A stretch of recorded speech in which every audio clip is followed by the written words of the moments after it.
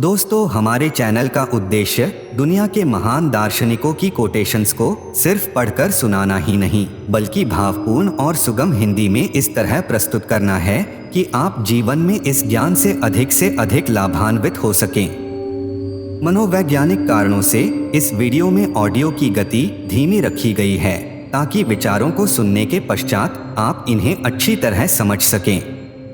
सारी दुनिया में अगर कहीं भी फिलॉसफी यानी दर्शन शास्त्र की बात होती है तो वहां सुकरात, प्लेटो और अरस्तु का जिक्र अवश्य ही होता है।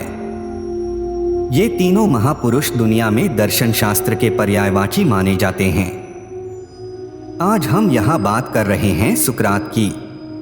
सुकरात का जन्म 469 ईसा पूर्व में एथेंस में हुआ था। वे दार्शनिक प्लेटो के गुरु थे। उन्हें पश्चिमी दर्शन का जनक भी कहा जाता है। पश्चिमी सभ्यता के विकास में उनकी अहम भूमिका रही है। 71 वर्ष की आयु में उन पर युवाओं को पथभ्रष्ट करने, ईशनिंदा करने और नास्तिक होने का आरोप लगाया गया। इसके लिए उन्हें जहर पीने की सजा दी गई। सुकरात ने अपने सिद्धांतों को छोड़ने की बजाय खुशी के साथ विषपान करके मौत को गले लगा लिया। आइए सुनते हैं जीवन को प्रभावित करने वाले महान दार्शनिक सुकरात के अनमोल विचार। मैं किसी को कुछ नहीं सिखा सकता, मैं केवल उन्हें सोचने के काबिल बना सकता हूं। जो व्यक्ति अपने पास होने वाली चीजों से संतुष्ट नहीं है, वह भविष्य में मिलने वाली चीजों से भी संतुष्ट नहीं होगा। ज्ञान को धन से ज्यादा महत्वपूर्ण समझें, क्योंकि ज्ञान शाश्वत है और धन क्षणभंगुर। ज्ञान ही अच्छाई है और अज्ञान बुराई। कभी कभी आप दीवारें दूसरों को दूर रखने के लिए नहीं बनाते, बल्कि इसलिए बनाते हैं। देखें कौन है जो दीवार को गिराने आता है। परिवर्तन का रहस्य ये है कि आप पुरानी चीजों से लड़ना छोड़कर नई चीजों के निर्माण में पूरी तरह अपनी ऊर्जा पर ध्यान केंद्रित करें। प्रश्न को अच्छे से समझ लेना ही आधा उत्तर खोज लेने के समान है। अपने अज्ञान का ज्ञान होना ही बुद्धिमत्ता की निशानी है। मजबूत दिमाग लोग योजनाओं पर चर्चा करते हैं, औसत दिमाग लोग घटनाओं पर और कमजोर दिमाग लोग व्यक्तियों की चर्चा करते हैं।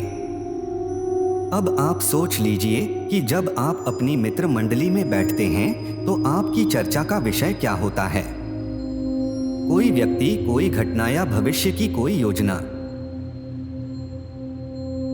अगर आपको वह नहीं मिलता जो आप चाहते हैं तो आप दुखी होते हैं, और यदि आपको वह मिल जाता है जो आप नहीं चाहते हैं तब भी आप दुखी होते हैं, और यहाँ तक कि जो आप चाहते हैं अगर वह भी मिल जाए तब भी आप दुखी ही रहेंगे, क्योंकि आप उस स्थिति को बहुत समय तक पकड़कर नहीं रख सकते।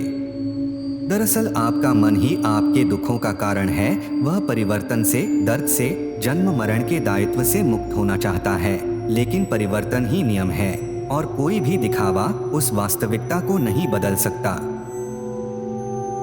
खुशी जीवन का रहस्य अधिक ढूंढने में नहीं है, बल्कि कम में अधिक आनंद लेने की क्षमता विकसित करने में है। आपके किए हर कार्य का एक आनंद होता है जिसकी कीमत चुकानी पड़ती है। बुद्धिमान व्यक्ति हर चीज और हर किसी से कुछ न कुछ सीखता है।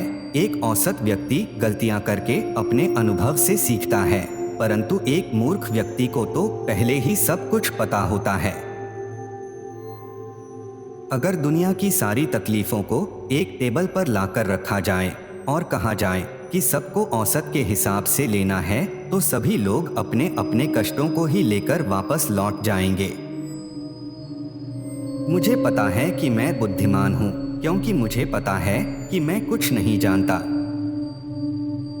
जिससे भी मिलें अत्यंत आत्मीयता से मिलें, क्योंकि हर कोई एक बड़ी लड़ाई लड़ रहा है। मेरी आपको सलाह है कि शादी कर लो।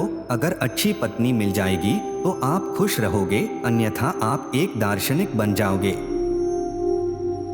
जीवन में दो त्रासदियां हैं, एक तो अपना लक्ष्य न जान पाना और दूसरा जानकर भी प्राप्त न कर पाना।